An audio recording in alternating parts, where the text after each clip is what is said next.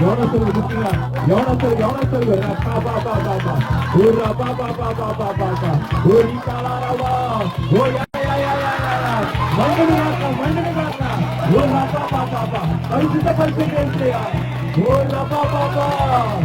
Fire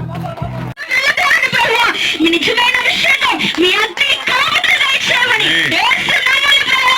మా సంఘం చుట్టూ అయ్యా మా సంఘ విశ్వాసుల చుట్టూ ప్రభావ మీ రక్తాన్ని కంచె పోషిస్తున్నాము తండ్రి.